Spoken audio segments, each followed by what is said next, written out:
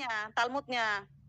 Tadi Ibu ketika saya membaca komentari, wah jangan komentari karena Talmud lebih tinggi daripada komentari. Nah, saya turuti Ibu.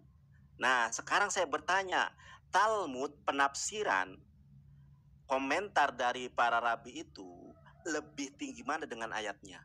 Oke. Ayatnya, dengarkan saya dulu, lebih tinggi ayatnya. Kaidah bahasa Ibraninya, dengarkan saya. Makanya saya tadi tanya, Ibu bisa baca Ibrani atau tidak?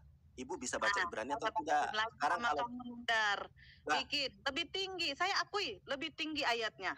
Nah, lalu sekarang kalau lebih tinggi ayatnya, sebentar dulu. Bapa yang kekal, Raja damai. Jangan, Ibu. Sekarang dia kekal enggak? Sebentar dulu saya jelaskan. Jelaskan, bukan nggak bisa jawab, saya jawab. Tidak ada satupun pertanyaan dari Kristen yang tidak mungkin saya tidak jawab. Pasti siap semua. Nah,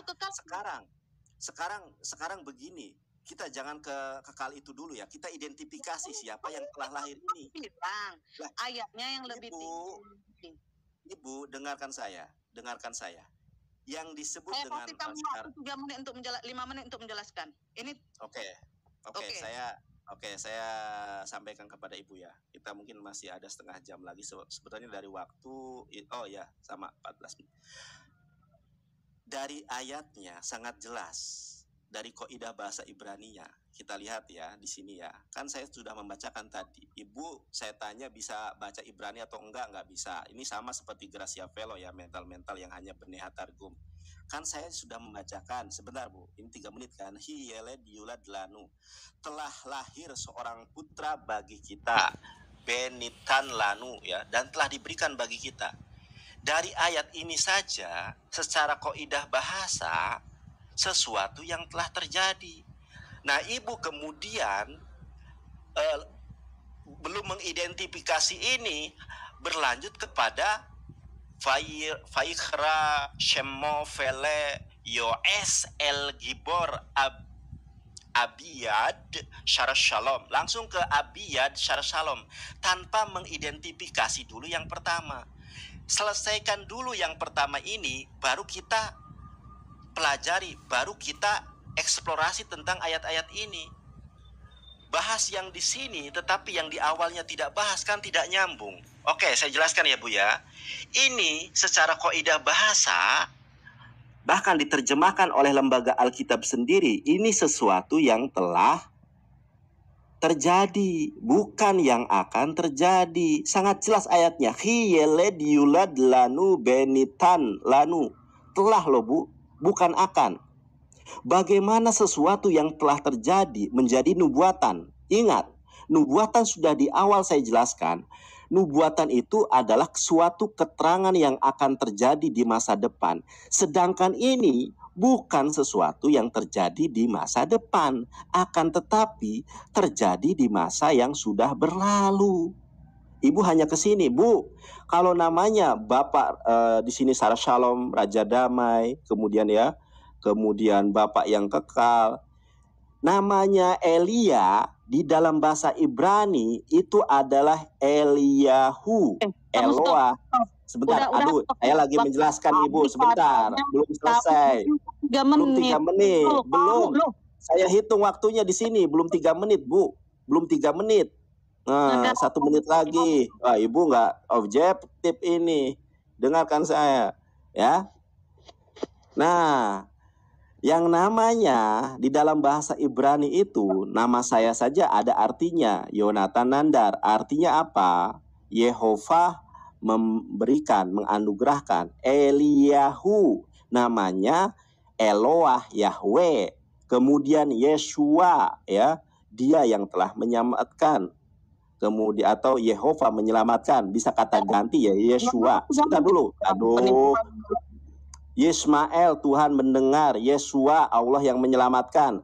Dari namanya saja, apakah ketika Joshua bin Nun namanya adalah Allah yang menyelamatkan, apakah dia adalah Allah? Kan tidak, jangan terpengaruh dengan nama. Karena nama-nama di dalam bahasa Ibrani memiliki makna yang bukan berarti bahwa makna tersebut tersemat kepada orang yang bersangkutan, bermakna Tuhan, tidak. Yismael. Gak ngaku lu, ini udah 4 menit. Bentar dulu. Gak ngaku lu, Bentar, Bu. udah 4 menit. Nanti saya berikan waktu Ibu. Sebentar, Ibu memberikan waktu saya 3 menit. Enggak, tadi perjanjian cuma 3 menit. Kamu nggak kasih saya ngomong loh. Ini kamu kalau mau ngomong sendiri, kamu ngomong sendiri. Biar saya tinggal. Kamu nggak ada ngasih saya kesempatan ngomong loh. Kamu cup asli lo, kayak anak kecil lo, benar lo. Ya, makanya. Umur 30 saya rasa 35 40 saya nggak tahu. Tapi itu karakter itu anak kecil. 20, sekarang saya tanya, kamu mau ngomong sendiri, saya tinggal. Oke, silakan Ibu. Kamu mau ngasih saya ngomong apa enggak? Iya, silakan cep. Silakan. Kamu mau ngasih saya ngomong berapa menit? Silakan Ibu maunya berapa? Saya kasih 5 menit. Saya berapa menit? Kamu di sini hostnya. Ya, saya kasih Ibu 5 menit. Saya kasih diskon. Kasih tambahan. Ngomong 3 menit, saya kasih 3 menit, udah lebih dari 3 menit. Ada otak nggak? Ini kamu udah 5 menit. Ya udah, saya kasih Ibu waktu 5 menit, silakan. Mau ngomong apa? Kamu udah tadi, Sanhedrin bilang itu nggak ada. Dia bukan Mesias. Karena apa? Dia bukan Raja Damai. Dia bukan orang yang kekal. Dia mati. Kamu bilang, kamu ada bantah nggak dia mati? Dia bilang di situ. Ya saya 9 ayat 5. Kamu bilang tadi, balikin lagi ke ayat. Oke, saya balikin ke ayat. Kamu jawab dengan iya atau tidak. Ya, Hizkia mati apa enggak? Hizkia mati. Berarti 9 ayat 5 itu gagal.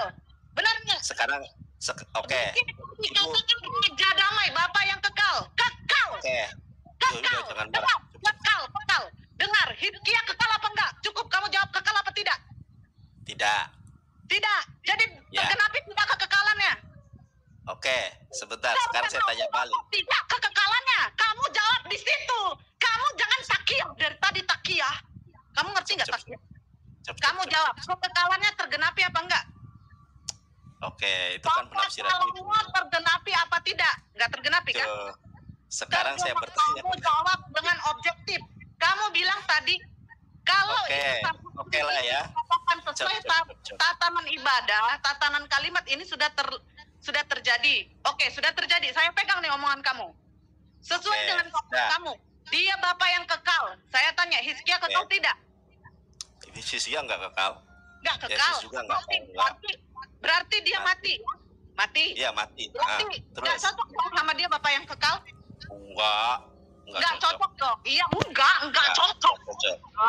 Raja Damai. Dia setelah mati, apakah Israel langsung damai? Enggak, masih langsung ada mengalami pembuangan lagi kan? Kalau di masa dia damai. Kan setelah Hizkia, kamu jawab sesuai yang saya tanya. Oke, saya iakan saja deh. Saya iakan saja. Nanti Ibu juga jawab pertanyaan saya. Berarti dia bukan Raja Damai? Nah, kok bisa? Loh, buktinya selesainya Hizkia mati, mereka mengalami pembuangan. Kan dibilang, pemerintahanmu akan kekal. Saya balikin. Pemerintahannya kekal. Pemerintahnya kekal enggak? Oke, sekarang Ibu menerjemahkan itu dari mana? Kamu jawab yang saya tanya. Nggak usah kamu pulang balik ke situ. Nggak usah kamu balikin. Kita lagi bahas ayat Yesaya 9 ayat 5. Kamu bilang tadi itu mana lebih tinggi ayatnya dengan Sanhedrinnya. Oke, ayat. Kita balikin ke ayat. Sanhedrin sesuai ayat Yesaya dibilang di situ pemerintahannya kekal. Kekal enggak? Kekal enggak Hizkia memimpin Israel? Emang Yesus kekal, Bu? Emang Yesus kekal? Sekarang diam dulu. Saya diam. Kekal enggak? Ya, enggak. Bentar. Cep. Udah jangan nangis, Bu. Sabar aja. Saya juga biasa aja kok. Orang jelas loh, itu adalah... Oke, kalau kita tanya balik, apakah Yesus pernah jadi raja dan menjadi raja damai bagi Israel? Tidak pernah. Apakah Yesus kekal? Tidak. Yang namanya kekal itu adalah tidak berawal dan tidak berakhir. Yang hidupnya tidak berkesudahan. Yesus dilahirkan pada 2000 tahun yang lalu. Saya ngomong. Oke, saya udah selesai di situ. Secara total kamu menolak Hizkia, udah sah kamu menolak Hizkia karena memang ciri-ciri yang dijelaskan. Dengar, kita membahas Yesaya. Kamu tadi bilang sesuai ini, kamu bilang rasi lah segala macam. Kan kamu udah bilang, saya udah bantah rasi kamu. Saya balikin ke Talmud. Saya kasih Talmud, kamu bilang balikin ke ayat. Saya balikin ke ayat. Kamu sekarang kamu bantah lagi, tuh kan hantu kamu. Sabar Bu, sabar. Oke, sekarang boleh pertanyaan Ibu. Belum, Oke. saya belum selesai. Di sini pembahasan Mesias. Udah, di situ diakui sesuai Sanhedrin tadi, itu belum lahir. Oke? Sesuai Sanhedrin, kita bahas Sanhedrin aja. Jangan kamu maunya rasi, saya harus mengakui rasi, tapi kamu nggak mau mengakui Sanhedrin. Jangan gitu. Sesuai Sanhedrin, Mesias itu lahir di Galilea, di tanah Zebulon, di antara Zebulon dan Naftali. Kamu baca Sanhedrin 94b ayat 9. Memang ada, Hizkia itu lahir di tanah Naftali, di tanah Zebulon, di antara tanah Naftali dan di Zebulon. Hah? Coba kamu buka Sanhedrin 94b ayat 9. Coba kamu buka. Sudah enggak. Belum? Enggak, saya tanya. Kalau memang itu ada yang sekarang apakah Hizkia lahir di Galilea, di antara tanah Zebulon dan Naftali? Enggak kan? Sudah. Ya itu asumsi Ibu. Sekarang makanya saya giliran saya bertanya. Ayat Sanhedrin 94b ayat 9. Kamu bawa dong. Dari itu ayat yang semua dari Sanhedrin. Bentar, Sanhedrin itu kan Talmud. Tapi sekarang kamu mau ngalur ngidul kan? Bukan ngalor ngidul, justru begini ya. Dong, kalau Sanhedrin yang saya bawa di awal itu salah. Kalau kamu mau sesuai ayat telah lahir, sekarang saya balikin. Itu dikatakan telah lahir. Sekarang Hizkia itu raja damai? Enggak. Oke, dia raja damai. Apakah pemerintahannya kekal? Jawabnya enggak. Apakah dia hidup? Jawabnya enggak. Oke, gini ya Bu ya. Oke. Ayo, apa? Bantah dong. Ya makanya ini mau saya bantah. Jelasin dong, Hizkia itu kekal. Ayo. Oke. Itu kan persepsi dan asumsi Ibu. Jangan bilang persepsi dan asumsi saya. Itu ayatnya. Ada ayatnya kan? Kamu baca ayat nggak? Kamu baca ayat nggak? Oh, Ibu ini kamu baca ayat deh. Nggak bisa kooperatif. Kamu baca ayat nggak? Saya baca ayatnya. Baca. Dibilang di situ raja damai. Bapak yang kekal. Bapak yang kekal nggak dia? Perhatikan di sini ya. Kita perhatikan di sini. Oke ya. Sekarang saya yang balik bertanya kepada Ibu. Apakah Yesus sudah lahir di zaman ini? Saya nggak paham di situ. Kalau sesuai pengajaran Oke, saya akan Ibu saja, sebentar ya. Ibu saja ketika Ibu bertanya kepada saya apakah Hizkia itu kekal, saya jawab tidak kekal. Nah, sekarang pertanyaan saya, apakah Yesus sudah lahir di zaman Yesaya dan orang-orang menyaksikan kelahirannya? Di mana dalil dan referensi serta literasinya kalau Yesus telah lahir di zaman Yesaya? Ini ayatnya, Bu. Kan saya tadi menjelaskan kepada Ibu. Ibu bisa baca Ibrani atau tidak? Ibu jawab tidak bisa. Nah, kalau tidak bisa, saya ajarin. Karena saya bisa baca Ibrani. Setelah lahir, Mandar. Perkaranya jadi apa? Oke, pertanyaan saya, apakah Yesus telah lahir di zaman Yesaya sehingga orang-orang menyaksikan, bahkan orang-orang bersuka cita?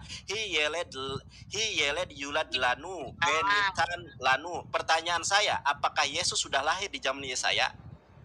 Kan saya udah bilang, Yesus itu sudah ada dari semula.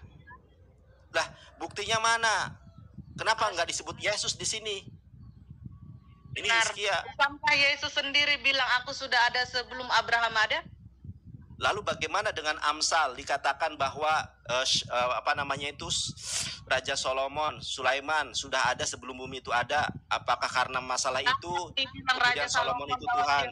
Ada sebelum bumi ada. Coba kamu bawa ayatnya sini. Nah, di dalam Amsal. Oke, di dalam Amsal. Ini jangan cup-cup aja, Nandar.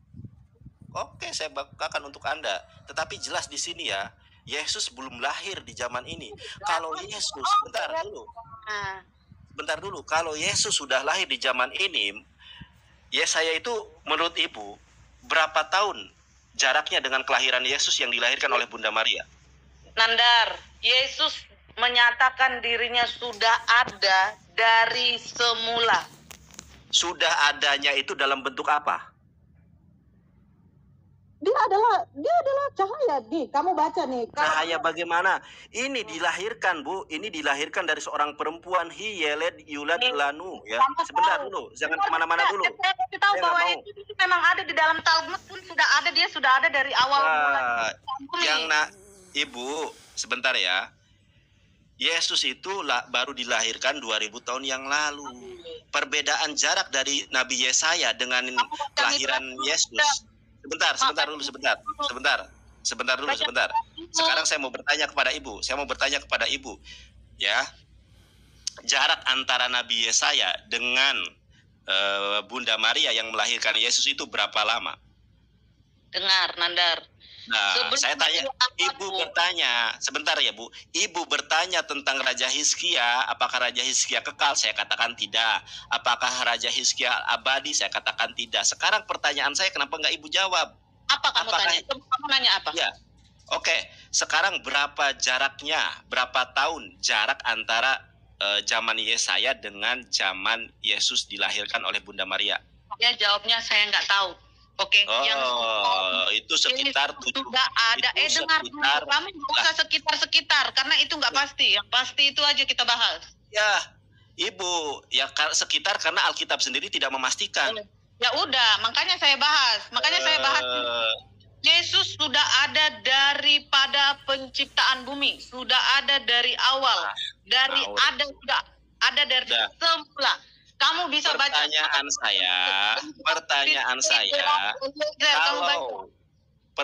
saya, kalau Yesus memang sudah ada ya dari semula, di Yesaya 9 apakah Yesus juga dilahirkan? Yesus tidak dilahirkan dari semula, dia tidak dilahirkan. Di ayat ini Yesus dilahirkan. Oke, saya ikuti ya. Yesaya 9 ayat ke-5 adalah untuk Yesus. Di ayat ini Yesus dilahirkan. Apakah Yesus lahir 2 kali?